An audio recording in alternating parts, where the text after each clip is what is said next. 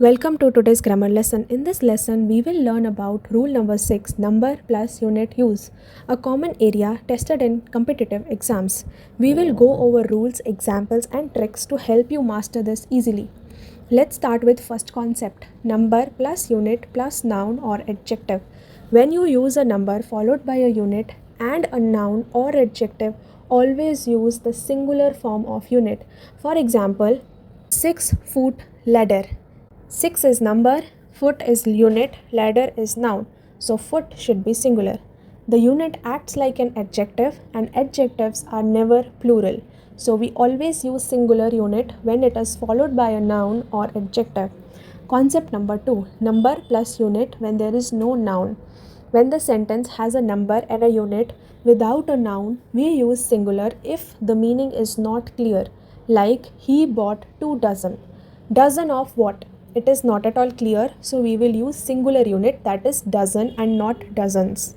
But we use plural if it is obvious, like I earned $5. This is clear and self-explanatory that they are talking about money.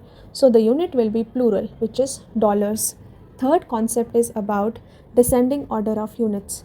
Whenever we are using multiple units, we always arrange them from largest to smallest.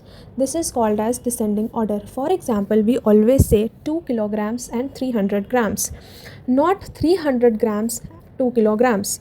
This order is natural and grammatically correct in English. Now, next concept is about arbitrary units. Words like handful, glassful, spoonful are arbitrary units. They represent non-exact quantities. For example, everybody can have different hand size, same glass size can be different, so they are very non-standard quantities. In non-standard quantities, what we do is we use singular if there is one, we use plural if there are more. For example, a handful of almonds, we are using a single, so handful also singular. 2 plural, so glassful also plural. 2 glassful of juice. Similarly, a spoonful of honey, a so singular, unit also singular. Fistfuls of coin, that shows a larger quantity, so it is plural. Recap. When we are using number plus unit followed by a noun or adjective, we use a singular unit.